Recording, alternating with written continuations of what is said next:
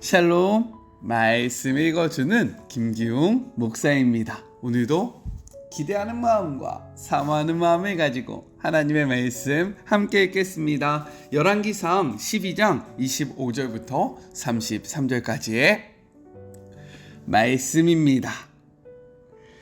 여로보암은 에브라임 상지에 있는 세겜에 성을 짓고 그곳을 본거지로 삼았다. 그는 분우엘에도 성을 지었다. 그러나 여로보암은 이런 생각이 들었다. 머지않아 나라가 다시 다윗 밑으로 통일될 것이다. 이 백성이 예루살렘에 있는 하나님의 성전에서 다시 예배드리기 시작하면 그 즉시 유다 왕 르호보암을 자신들의 통치자로 생각할 것이다. 그렇게 되면 그들은 나를 죽이고 르호보암 왕에게 돌아갈 것이다. 그래서 왕은 계획을 꾸몄다. 그는 금송아지 2개를 만들고 이렇게 공포했다. 예루살렘에 가서 예배를 드리려니 여러분의 고생이 너무 큽니다. 이것을 보십시오. 여러분을 이집트에서 이끌어낸 신입니다.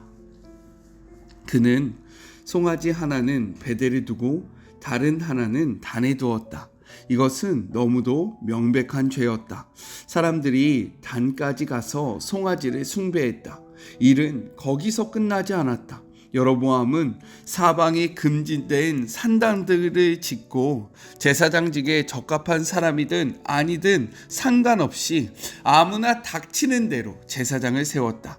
또한 그는 유다의 절기를 대신할 거룩한 신년 절기를 새로 만들어 8째 달 15일에 지키게 했고 직접 베델 제단에서 예배하며 자신이 그곳에 세워둔 송아지 앞에 제물을 바쳤다. 그는 자신이 지은 지역 산당질의 제사장을 베델의 제사장으로 세웠다. 이것은 유다의 절기에 맞서기 위해 그가 생각해낸 것이었다. 여로보암은 이스라엘만을 위한 이 절기를 능숙하게 치러냈고 제단 예배도 자신이 직접 인도했다. 이것은 하나님의 말씀입니다. 오늘은요, 단락을 구별하지 않고 말씀을 함께 나눠보도록 하겠습니다. 25절이에요. 여로보암이 에브라임 산지에 세겜을 건축하고 거기에 살며 또 거기서 나가서 분우엘을 건축하고 라고 기록되어 있습니다. 그리심산과 에발산 사이에 위치한 세겜은 산업적 그리고 군사적 교통의 요지였습니다. 또한 이곳은요, 아브라함이 처음 하나님께 제단을 쌓았던 곳으로 북이스라엘의 신앙과 정치의 중심지였다라는 거예요. 그렇기 때문에 르호보암과 북이스라엘의 2차례의 만남도요, 바로 이곳 세겜에서 진행된 것입니다. 따라서 여로보암은 수도를 세겜으로 정하고 방비에 힘을 쓰게 되는 거죠. 또한 여로보암은 요단 동편 압복강 부근에 분우엘을 건축하고 이곳을 요새화합니다. 왜냐하면 다윗의 든든한 지지 세력이었던 길르앗을 통제하고 요단 서쪽의 세겜을 보호하기 위한 목적으로서 이 분우엘을 건축했다라는 거예요. 이렇게 북방을 강화한 여로보암의 마음속에 불안감이 찾아오게 됩니다. 북이스라엘 사람들이 계속해서 남유다 예루살렘으로 가서 예배했기 때문인 건데요. 우리 말씀을 같이 한번 볼게요. 역대하 11장 16절의 말씀입니다. 이스라엘 모든 지파 중에 마음을 굳게 하여 이스라엘의 하나님 여호와를 찾는 자들이 레위 사람들을 따라 예루살렘에 이르러 그들의 조상의 하나님 여호와께 제사하고자 한지라. 여로보암은요, 이처럼 백성이 계속 예루살렘으로 가다 보면 그들의 마음이 결국 남유다의 왕이었던 르호보암에게 돌아갈 것이고 그로 말미암아 자신이 죽임이 당하게 될 것이다 라는 망상에 빠지게 된다라는 겁니다. 이에 여로보암은 백성의 마음을 르호보암에게 돌아가지 못하게 하기 위해서 2 금송아지를 만드는 방법을 선택하게 된다라는 거예요. 28절의 말씀입니다. 이에 계획하고 2 금송아지를 만들고 무리에게 말하기를 너희가 다시는 예루살렘에 올라갈 것이 없도다. 이스라엘아, 이는 너희를 애굽 땅에서 인도하여 올린 너희의 신들이다 라고 이야기합니다.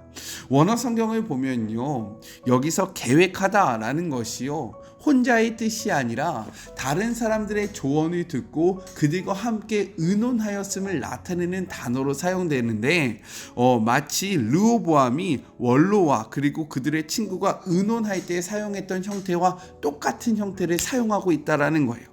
르호보암이 지혜롭지 못한 선택으로 말미암아 북이스라엘과 남유다가 나눠진 것처럼, 이제는 르호보암 역시 지혜롭지 못한 이 우상을 금송아지를 만드는 그러한 방법을 선택하였음을 보여주고 있다라는 겁니다. 여로보암은 이 두 금송아지를 북이스라엘의 백성의 신들로 소개하면서요, 이 신들이 이스라엘을 이집트의 땅에서 올라오게 하였던 그러한 능력의 신이다 라고 선포를 합니다. 이러한 발언은요, 과거 이스라엘이 시내산에서 금송아지를 만들어 자신들의 신으로 숭배한 사건을 떠올리게 하는 거죠. 이처럼 여로보암은 여호와가 이룬 출애굽 구원 사건을 자신이 만든 금송아지와 결부시켜서 그들의 신앙에 미혹으로 이끌게 하는 아주 심각한 죄를 범하게 했다라는 거예요. 또한 그는요, 이스라엘 백성 사람들이 예루살렘에 가서 예배하는 것을 막기 위해서 어떻게 하냐면, 북이스라엘의 북쪽과 북이스라엘의 남쪽에 즉 단과 베델에 이 두 금송아지를 세우고요, 너희가 예루살렘에 가서 예배할 필요가 없다, 이곳에서 예배하면 된다. 북쪽에 있는 사람들 남쪽까지 오기엔 너무 힘들지, 그냥 북쪽에 있는 이 단에서 예배하면 돼. 그리고 남쪽에 있는 사람들 북쪽까지 갈 필요 없어, 너희들은 베델에서 예배하면 돼. 마치 그들을 배려하는 것처럼 생각하면서요, 하나님의 말씀을 어기고 이스라엘 백성의 그러한 신앙을 흐트러뜨렸다라는 거예요. 특별히 북이스라엘의 그러한 예루살렘 북쪽에 있는 베델은요, 그 야곱이 그리고 아브라함이 하나님께 제단을 쌓았던 곳으로서, 마치 이스라엘 사람들이요, 그래, 야, 우리의 조상들도 저기서 예배했는데 우리가 그곳에서 예배하는 것이 뭐가 문제가 돼? 라는 생각을 할 만한 장소를 지정해서 그들의 마음을 어지럽게 했다라고 성경은 이야기를 하고 있는 겁니다. 이어서 31절과 33절의 말씀을 보면 여로보암이 계속해서 죄를 짓게 되는데, 이것은 네 가지로 나타나게 됩니다. 첫째는 산당을 계속해서 만들었다라는 거예요. 또한 둘째는 백성 중에서 제사장을 삼았다라는 거죠. 산당이 어떤 곳입니까? 산당은요, 우상을 숭배하던 곳이에요.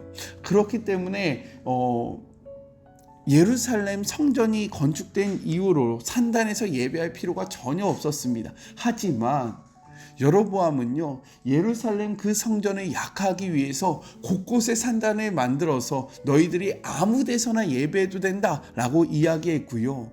또한 하나님은요, 레위 지파만 하나님의 성전을 섬길 수 있다라고 이야기했지만, 여로보암은요, 아니, 왜 그렇게 해야 돼? 너도 제사장이 될 수 있고, 너도 제사장이 될 수 있고, 나도 제사장이 될 수 있어. 우리 누구나 하나님을 사랑하기만 하면 아무나 예배를 드려도 돼 라고 이야기하면서요, 아무런 조건 없는 사람들을 제사장으로 발탁했다라는 겁니다.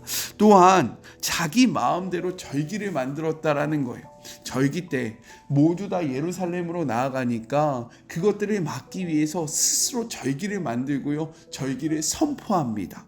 마지막, 죄악을 행하는데 솔선수범했다라는 거예요. 하나님을 섬기는데 가장 앞선 것이 아니라 죄악으로 나아가는데 자신이 몸서 솔선수범하면서, 야, 나도 이렇게 예배하니까 너희들도 이렇게 예배해도 돼 라고 이야기를 했다라는 거죠. 왜요? 자신의 왕위가 위태로워질까봐 고민하면서 이와 같은 행동을 하게 된 것입니다. 그런데 그가 잊고 있었던 것이 있다라는 거죠. 그가 어떻게 왕이 되었습니까? 바로 하나님이요, 솔로몬의 죄로 인해서 하나님께 선택을 받아 북이스라엘의 왕이 되었음을 그는 잊게 되었다라는 거예요. 열왕기상 12장 12절의 말씀입니다. 여호와께서 솔로몬에게 말씀하시되 내게 이런 일이 있었고 또 내가 내 언약과 내가 내게 명령한 법도를 지키지 아니하였으니 내가 반드시 이 나라를 내게서 빼앗아 내 신하에게 주리라. 그러한 말씀 앞에 하나님은요 여로보암에게 분명하게 선포했다라는 거예요. 11장 38절의 말씀입니다. 내가 만일 내게 명령한 모든 일에 순종하고 내 길로 행하며 내 눈에 합당한 일을 하며 내 종 다윗이 행한 같이 내 율례와 명령을 지키면 내가 너와 함께 있어 내가 다윗을 위하여 세운 것 같이 너를 위하여 견고한 집을 세우고 이스라엘을 내게 주리라. 하나님이요 그를 왕으로 삼으셨고요 하나님이 그에게 약속한 거죠. 하지만 그는 하나님의 말씀을 의지하기보다는 세상의 지혜로 하나님이 허락하신 왕위를 지키고자 노력했다라는 겁니다. 그렇기 때문에 그는요 그 불안함 속에서 하나님이 아니라 세상의 지혜를 선택하게 되고 하나님의 뜻이 아니라 세상의 지혜대로 나아가 하나님 앞에 악을 행하는 그러한 죄를 짓게 되었다라는 겁니다. 우리는 어떠합니까? 이 말씀 앞에 저는요 저의 삶을 돌아보게 되었어요. 우리의 삶 누가 허락하신 겁니까? 하나님께서 우리에게 허락하신 거죠. 마치 여로보암의 왕위가 하나님으로부터 온 것처럼 우리의 삶 역시 하나님으로부터 왔다라는 거예요. 하지만 그는요 하나님이 허락하신 왕위 속에서 불안감을 느끼죠. 우리도 마찬가지죠. 하나님이 허락하신 삶 가운데 불안감을 느낍니다. 그때 여로보암은 무엇을 선택합니까? 하나님의 약속의 말씀이 아니라 세상의 지혜로 이 불안함을 해결하기 위해서 노력했다라는 거예요. 우리도 마찬가지인 거죠. 하나님이 허락하신 삶 속에서 불안감을 느낄 때 세상의 지혜로 이 삶의 불안감을 해소하고자 노력할 때 그 결과는 어떻게 됩니까? 더욱더 하나님의 뜻과 멀어지게 되고요. 하나님이 세워주신 왕위에서부터 멀어지게 되는 그러한 결과가 찾아오게 되었다라는 거예요. 우리의 삶도 동일한 거죠. 우리가 하나님이 허락하신 그 삶을 지킬 수 있는 방법은 하나님의 뜻대로 나아가는 것인데 하나님의 뜻이 아니라 세속적인 방법을 의지하면 의지할수록 우리는 더욱더 불안해질 수밖에 없고 우리의 삶은 안정감이 아니라 정말로 하나님과 등지고 죄악으로 향하여 나아갈 수밖에 없다라는 사실을 우리는 반드시 기억해야 한다라는 겁니다. 그래서 시편 말씀은요 이렇게 이야기하고 있어요. 시편 43편 5절의 말씀입니다. 내 영혼아 내가 어찌하여 낙심하며 어찌하여 내 속에서 불안해하는가? 너는 하나님께 소망을 두라. 그가 나타나 도우심으로 말미암아 내 하나님을 여전히 찬송하리로다. 우리의 삶이 불안할 때에 세상적인 방법을 의지하려고 노력하기보다는 우리의 삶을 허락하신 하나님 앞에 나아가 하나님 앞에 기도하고 하나님 앞에 방법을 구하는 우리 모두가 되었으면 좋겠습니다. 우리 같이 기도할까요? 하나님 감사합니다. 여로보암을 왕으로 세우신 것은 하나님이셨습니다. 그리고 하나님은 그의 왕위를 영원히 하게 하게끔 약속도 해주셨습니다. 하지만 상황 속에서 그는 불안감을 느낍니다. 그래서 그가 선택한 방법은 무엇입니까? 자신의 생각과 방법으로 왕위를 지키는 방법을 결단하고 나아가게 됩니다. 그러나 이것은 하나님 앞에 죄가 된다라고 성경은 이야기합니다. 왜요? 하나님의 말씀과 벗어났기 때문인 겁니다. 그런데 우리는 여로보암과 같은 선택을 할 때가 너무나도 많습니다. 하나님께서 우리의 삶을 선택해 주셨고 우리의 삶을 붙잡아 주시겠다고 약속하셨는데 우리는 불안감 속에 하나님의 말씀이 아닌 세상의 방법을 붙잡고 나아갈 때가 너무나도 많습니다. 주님, 그러할 때에 이 말씀을 기억하며 우리가 진정으로 붙잡아야 하는 것은 세속적인 방법이 아니라 하나님의 말씀이라는 것을 꼭 기억하는 주의 모든 자녀들 되게 하여 주시옵소서. 하나님의 말씀을 붙잡으로 마음속의 불안감이 사라지게 하여 주시옵시고 하나님을 바라봄으로 우리의 삶에 있는 근심이 해결되게 하여 주시옵소서. 함께 하실 주님을 바라보며 거룩하신 예수님의 이름으로 간절히 기도드립니다. 아멘.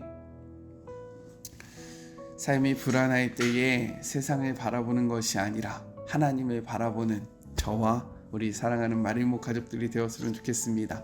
저는요 또 내일 만나도록 할게요. 사랑하고 주님의 이름으로 축복하면서 오늘 하루도 힘내세요. 우리 내일 만나요. 안녕. 오늘도 수고하셨습니다.